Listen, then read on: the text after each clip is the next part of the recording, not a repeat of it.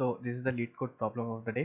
सो हमें बेसिकली इसमें एक स्ट्रिंग दी गई है and we have to partition as many part as possible so that each letter appears in at most one part. So string दी गई है, हमें उसको as many parts as possible में हमें उसे लाइक स्प्लिट करना है। ठीक है, ऐसे करना है कि जो लेटर है वो एक ही स्ट्रिंग में सिर्फ आना चाहिए एक बार। ठीक है, वो दूसरे स्ट्रिंग में अपीयर नहीं होना चाहिए। जैसे कि बी है, बी यहाँ पे भी आ रहा है, बी यहाँ पे भी आ रहा है, तो this is not a valid partition. ठीक है, पहले वाले में वैलिड है क्योंकि ए इसमें कितने भी आ सकता है। ठीक है, एक स्ट्रिंग में वो लेटर कितनी भी बार अपीयर हो सकता है, बट वो दूसरे स्ट्रिंग में नहीं आ सकता।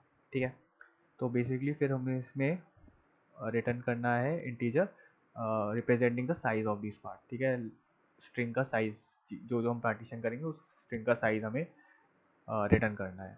ठीक है, लिस्ट की तरह।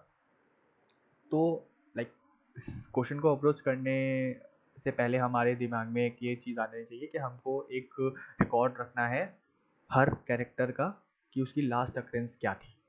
ठीक है, उसी से हम फिर क्वेश्चन को आगे अप्रोच करेंगे।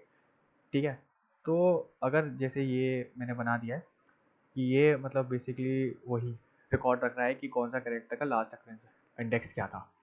ठीक है, फिर हम क्या करेंगे, इसमें 2 पॉइंटर अप्रोच टाइप का लगाएंगे, स्टार्टिंग 0 और एंडिंग 0। और फिर हम इसको ऐसे करेंगे कि ठीक है, यहाँ मैंने वन बेस इंडेक्सिंग ले लिया। ठीक है, तो हमारा क्या है, जैसे कि यहाँ से स्टार्ट हो रहा है। ठीक है, ए का अगर लास्ट अक्रेंस हम निकालेंगे, ई निकालेंगे। ठीक है, लास्ट क्या होगा अक्रेंस, वो 7 है।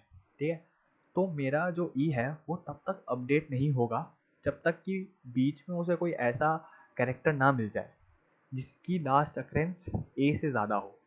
ठीक है, अब मैं बी पे आया, बी की लास्ट अक्रेंस क्या है 4, जो कि ए से कम है। ठीक है, मैं आगे बढ़ा जाऊँगा, ए की तो हम है ही 7। ठीक है, फिर बी पे आए, इसकी लास्ट अक्रेंस तो यही 4 ही होगी। ठीक है, सी की लास्ट अक्रेंस 6 है। ठीक है, फिर यहाँ पे आए, सी की लास्ट अक्रेंस 6 ही है। ठीक है, फिर ए पे आ गए।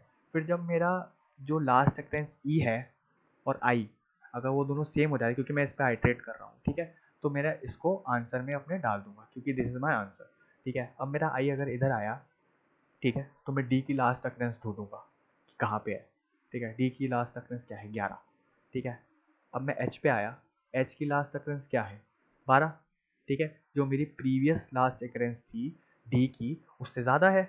ठीक है, डी की लास्ट अक्रेंस क्या थी 11। लेकिन अब जो मेरा एच आया है, आई मतलब जो आइट्रेशन करते करते मैं एच पे आया, ठीक है, तो उसकी लास्ट अक्रेंस मेरी डी से ज़्यादा है पहले वाले से। ठीक है, so then I will update my last occurrence. Basically मैं ई को अपडेट कर दूंगा। ठीक है, मैक्सिमम ले लूँगा उसका। अब मेरा लास्ट अक्रेंस हो जाएगा ये एच का। ठीक है, ई को यहाँ पटक दूंगा, फिर मैं आइट्रेट करता करता रहूँगा।